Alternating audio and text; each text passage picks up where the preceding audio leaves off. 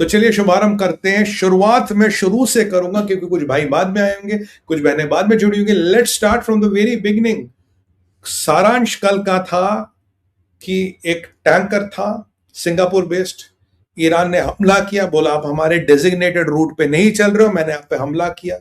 America के Trump ने बोला भाई ये हमें माननी नहीं है, अमेरिका ने हमला किया अराउंड खरग आइलैंड, उनके कुछ मिसाइल इंस्टॉलेशन वगैरह को बर्बाद किया। अभी एक ताजा तरीन मिसाइल ईरान का डेवलप बर्बाद हो, उसके बारे में बताता हूं ये मिसाइल कौन सा है। ईरान ने कहा हम रिटेलिएट करेंगे। ईरान ने एक और टैंकर हिट किया, उन्होंने जाके बहरीन हिट किया। बहरीन में इनका एयर जो फिफ्थ फ्लीट का बेस है वो हिट हुआ, कुछ खास नुकसान नहीं हुआ।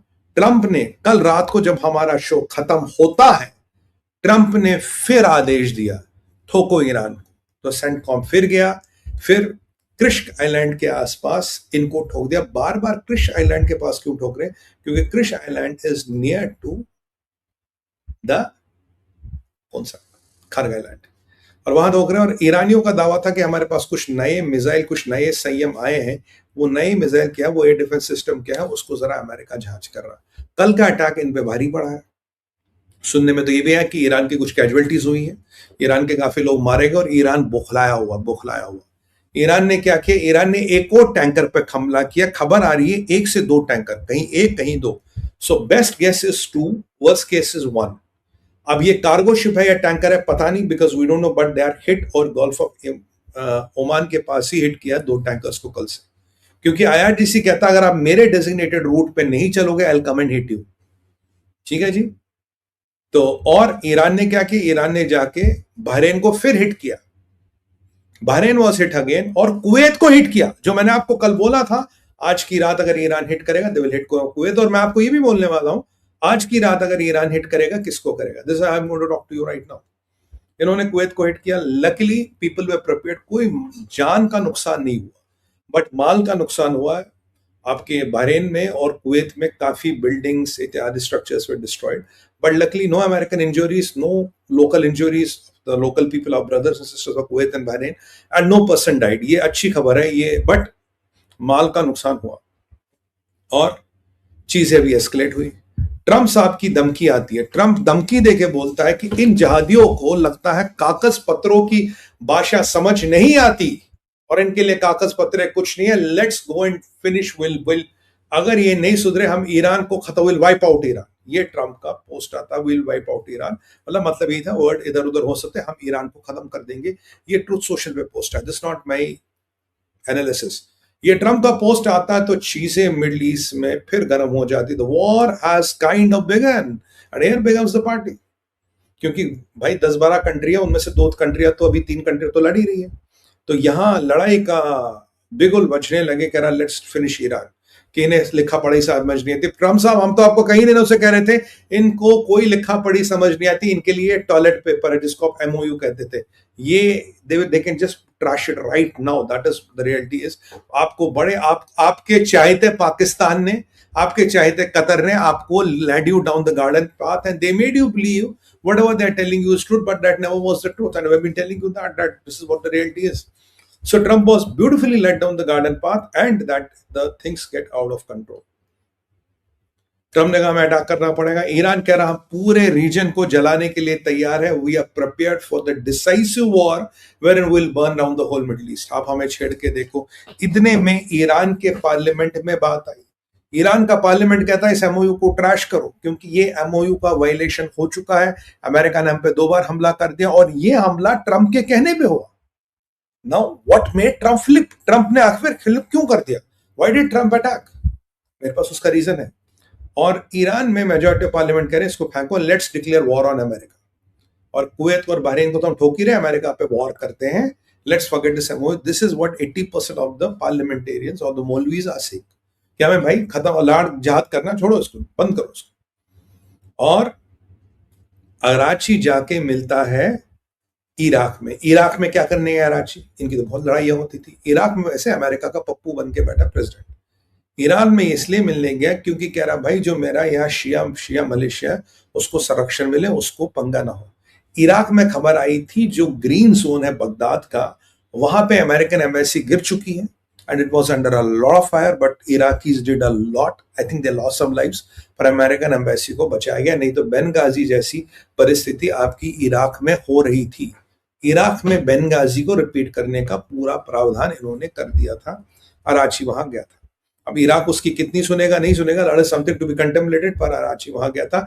मेन था शिया मलेशिया को, जो इराक में शिया मलेशिया, उसको प्रोटेक्शन देना, क्योंकि Sunni Malaysia is almost getting ready, और जो शिया मलेशिया का एपिसेंटर था हिजबुल्लाह, वो काफी खत्म हो चुका है। उस पर सब पे बात करने वाली है। तो ये यहां हुआ।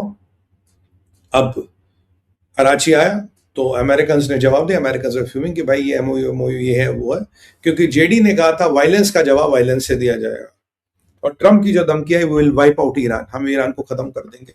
तो ये भी परेशान हो गए, because they don't have the capacity ultimately to fight. हाँ, थोड़ा बहुत पैसा मिल गया, जहादियों के मुंह खून लग गया, now they are back to business.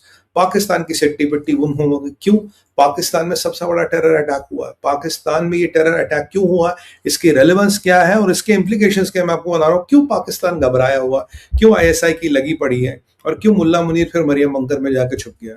क्यों इस्लामाबाद मेमोरेंडम के परखच्चे उड़ गए, क्यों इस्लामाबाद मेमोरेंडम तार तार हो गया और धूल में विद द विंड, क्यों ये हवा के साथ गुल के खत्म हो गया। वाई इस्लामाबाद मेमोरेंडम है history, and why are Pakistani hiding. दो कारण है। अब पाकिस्तान का गेम ओवर क्यों हो गया, ये भी काम है। ट्रंप क्यों बदला आखिरकार, क्योंकि दोनों बार स्ट्राइक का आदेश ट्रंप ने दिया। What change Trump's mind, Trump का माइंड किसने चेंज किया। ये जो चीजें दिन ब दिन फिर एवरी घंटे एस्केलेट हो रही है। अब ये देखना हमें कि आज रात को ट्रंप क्या फिर आदेश देता सेंटकॉम को अटैक करने का। मेरा मानना है 98% देगा, 2% आई एम नॉट श्योर, और ये अटैक करेगा। और आज कल की रात क्रिश आइलैंड, आसपास के missile dumps, drone depots and all, उसके साथ एक और चीज दोस्त हुई है, दो चीजें। बंदर अब्बास पे भी अटैक हुआ। परसों बंदर अब्बास पे अटैक नहीं किया, कल बंदर अब्बास पे अटैक किया। फिर इमाम खमेनी पोर्ट पे अटैक किया, और एक इन्होंने एंटी शिप क्रूज मिसाइल्स कहीं ये डिप्लॉय कर रहे थे फील्ड में। मोस्ट प्रोबेबली चाइना की Y2 मिसाइल होगी, इसमें गेस। वो शिप और वो मोबाइल लॉन्चर और वो मिसाइल बर्बाद कर दी गई है, उसको खत्म कर दिया गया है।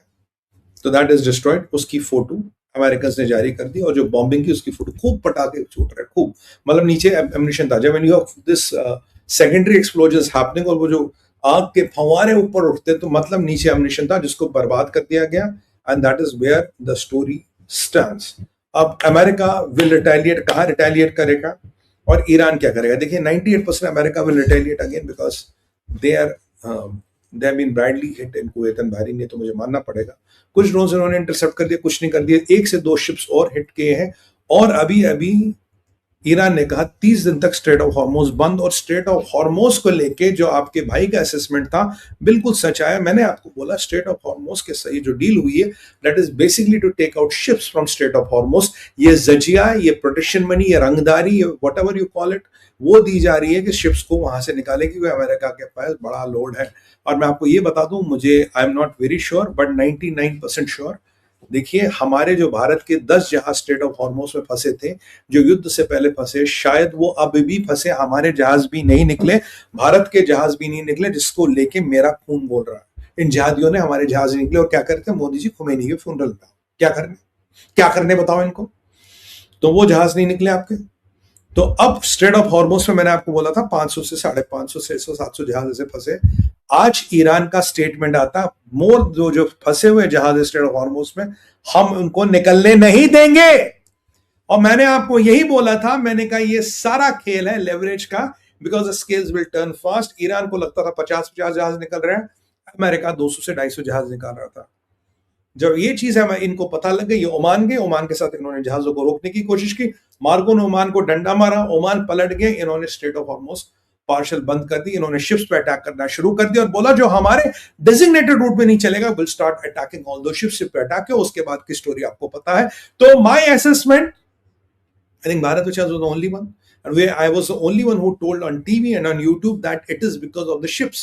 वो जो शिप फंसे पड़े वो सबसे बड़ा लेवरेज है ईरान का, क्योंकि जब तक वो शिप पड़े पड़े ईरान के पास लेवरेज है। इन्होंने इसीलिए उन शिप्स को रोका है। उन्होंने बोला वो शिप हम जाने नहीं देंगे। ये दिन की बात थी। अभी ये कराची कह रहा है 1 महीने तक स्ट्रेट ऑफ हॉर्मुज बंद, क्योंकि इन्हें पता है तेल बेचने के लिए, पैसा आने के लिए, प्रोडक्शन के लिए इन्हें चाहिए time. They want to get maximum money in this sunshine, मतलब इन दिस रिसेस। और अमेरिका ने 12 बिलियन इनका शेयर कतर से रिलीज करा, 8-10 बिलियन का उन्होंने माल बेचा, तो इनके पास 20-25 बिलियन आया। They want to make it 40-50, so they want to sell maximum crude. इसलिए फिलहाल उन्होंने वो शिप्स रोक दिए हैं। और एक दिन आप देखेंगे वो शिप्स लेवरेज बनने वाली है, सॉलिड लेवरेज बनने वाली। Iran will talk about it. ये जहादी अपना मुंह खोलेंगे उन शिप्स को लेके, आप ये देखने वाले हैं। तो हॉर्मोस हो गई 30 दिन के लिए क्लोज। ट्रंप के फ्यूज उड़ने के दो ही कारण होते हैं, यूरेनियम और हार्मोस। फिलहाल तो हो गई क्लोज, और शिप इसमें फंसे रह गए 50। तो बेसिकली जिसके लिए आपने पैसे लिए आपने गेल कर दिया। आप वो कह रहे हैं कि मैं 30 दिन तक क्लोज करूंगा, मैं कंट्रोल करूंगा। यानी कि शिप कब निकलेंगे, कब हम बताएंगे, ट्रंप नहीं बताएगा। Will Trump agree? नो।